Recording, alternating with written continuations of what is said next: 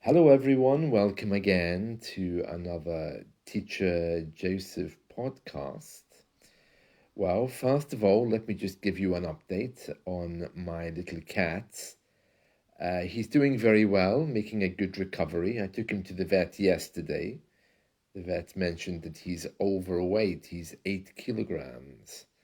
So, of course, my cat's response to that was simply, "Meow." So I'll have to put him on some kind of diet.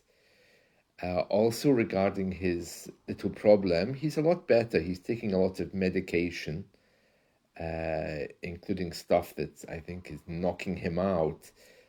So he's very calm and relaxed, and that's good. And he's using his box as usual, his box where he goes to do his pee pee and his waste. So yeah, I think he's more or less back to normal. So I think I'll just have to keep an eye on him for a few days. And thanks to those of you who've been asking about him, he is, of course, the star. When I post him on YouTube, he gets many, many more likes than I do, which is disturbing, but yet a reflection on how the world is today. Right, moving on. So, this week's weekly lesson has all been about education. And we're going to look at something with the expression lessons learned. Now, a lesson that you learn, of course, if you go to a class lesson, you learn from it. But the expression lesson learned is much wider and deeper. It's used as a metaphor when we see something bad happening and we investigate it, we can learn from that thing and we can take steps to ensure that it's never repeated. I'm saying this because I think about a year ago, maybe more, I don't remember the exact date, there was a fire in one of our tower blocks in London. It was called the Grenfell disaster because the tower block was actually named, I think, Grenfell. And after many people died, 72 deaths actually, after any tragedy here in the UK, there's usually a public inquiry to see what lessons can be learnt, what laws should be changed, and to make sure there were no criminal activity or criminal activities. But what they've discovered, unfortunately, is there were a number of problems and faults. And of course, as always with British culture at this time, after disasters, they always want someone to blame. And that person is always known as the scapegoat. A scapegoat is someone that you can point your finger at and say, haha, this was your problem. You caused this. We love doing that in British society. We love having a big bad wolf to blame. Okay, and if that person is the wrong person or just used as an excuse, well, we call them the scapegoat. The scapegoat, because in the old days, of course, goats and sheep were sacrificed, so it's something related to that. A scapegoat, someone who takes the blame, even though it may not actually be so simple. And in this case, we have a headline which says Grenfell, a disaster caused by dishonesty and greed. And everyone's looking at each other saying, well, it's not my problem, it's your problem. It says here, long-awaited public inquiry report finds all 72 deaths in the tower block were avoidable. The Prime Minister apologises. The police are under pressure to accelerate a criminal investigation. Families say this proves that companies, and many companies, were little better than crooks and killers. Okay, so let's try to read through this story. It says here, police are under pressure to accelerate the criminal investigation into the Grenfell Tower fire after a report found companies operated with systematic dishonesty, with all 72 deaths being avoidable. A 7-year public inquiry culminated yesterday, so came to an end yesterday, in a report that laid bare decades of failure by central government and a string of multi-million-dollar firms involved in the tower's disastrous refurbishment.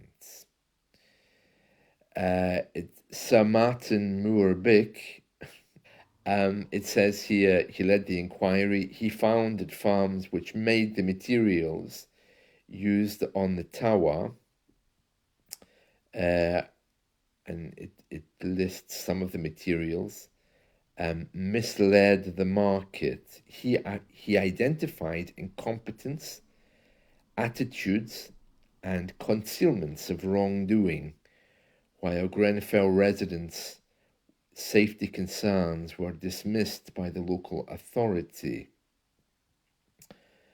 And it goes on to say that the Prime Minister issued an apology. The London Mayor Sadiq Khan said that those responsible must now be immediately held to account, while the local MP Joe Powell said, without charges and arrests by the police, the government has to do everything in their power to bring those responsible to justice. So you can hear there that they're kind of moving away from this idea that 72 people died into, okay, who can we blame for this? We always do that for some reason, and I don't know why. It's rather disturbing. So we have family statements here saying my family deserves better than this. And apparently the police have said previously they don't expect this all to be finished until 2026. And if there are criminals involved in this, it will be 2027. And it says here that'll be a decade after the fire. So I'm guessing the fire was 2017 then. Oh my goodness me, it feels like yesterday. And then this report goes on to say that the 1,700-page report criticized failures by successful governments, and it goes on to talk about what that's like. People here are saying that, the people who put in the inflammable material which went on fire should almost certainly be arrested. And it talks a lot about that. And Sir Moore-Bick concluded that one very significant reason why Grenfell Tower came to be covered in combustible materials was systematic dishonesty. So it certainly looks like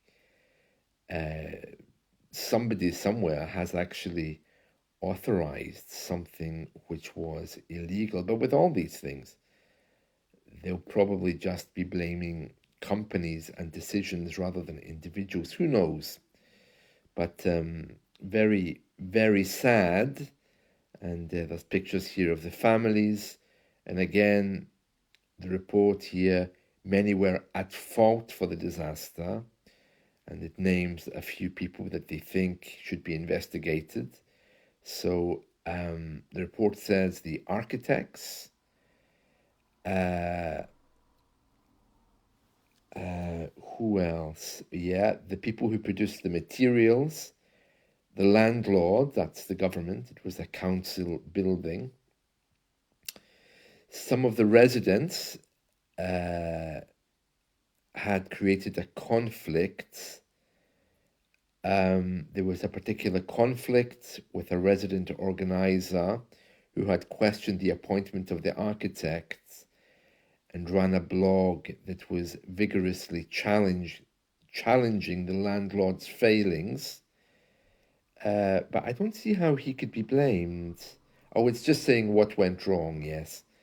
The survivors who will have this event as a trauma in their lives, the responses from the accused firms who don't want any responsibility, and who knows, maybe they're not guilty, delays impacting the inquiry, and also the government's regulations. So everyone's looking, hoping to blame somebody else, it seems. And yeah, of course, when there's money involved, no doubt this will all be kind of swept under the carpet, or they will find that scapegoat to blame, and then life will return to normal. It's something I really dislike about British culture. We always want to blame somebody else. We never take any kind of responsibility. But hopefully, this will allow people to look more inward as to what's really happened here, because it's not about actions. It's about this thought process that says that money is the most important thing over people's lives. That I think is the thing that we're dealing with here. It's an opinion that says, well, I need more money, and therefore I will do this dishonest thing because I want my cash. That's the problem. It's not people. It's just if we live only for cash, well, of course, people are going to die horribly. So it's more of a mental thing, I think, an attitude thing that needs to change.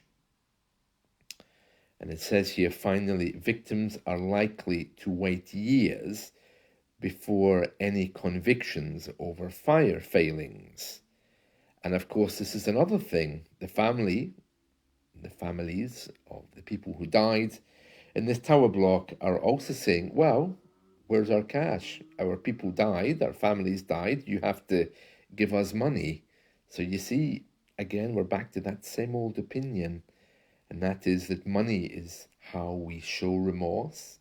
Money is what we want after a tragedy, and money is what was used to cause the tragedy. So again, we're back to that opinion that says that we should live only for cash.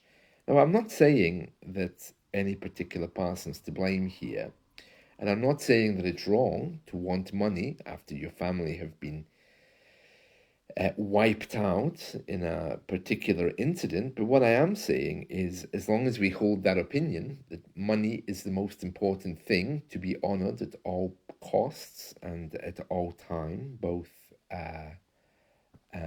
to perform dishonest acts and something to be passed around after death, it doesn't show very much about our human feelings. But this is life in a capitalist society. Money is the thing that's honored. Money is the thing that's carried forward as the beacon of hope and truth rather than principles. Yeah, so there we are. That's lessons learned from Grenfell. How are they going to work to stop this happening again? I'm sure they'll change some laws about it, but will anyone actually go to prison over this? I very much doubt it. It'll be maybe a company that's shut down and the chairman of that company, much like the inquiry of the post office that's been ongoing for some time after some people went to jail on false charges. I think it'll probably end with no criminal charges. I can kind of predict that, I would imagine. But anyway, there we are. That's today's story. So the learning from today is the expression lessons learned. And everyone's busy covering their own backs so they won't be blamed. And I'm sure a scapegoat is going to be wheeled out soon, who will be taking full responsibility for all of this so that the people can say, ah, yes, it was you, you bad man, you caused this. We should blame you and put you in prison. And then the case will be forgotten and everyone will hate that one person. That's usually what we do. And I really don't like that, you know. Blaming someone does not take away the fact that opinions, that money is the most important thing in the world, were going around. It's time for us to, change our opinions on these kind of things and become more human again. I hope we're on that journey. Well, that's it from me today. I hope you've enjoyed this. Let's talk soon. See you. Bye.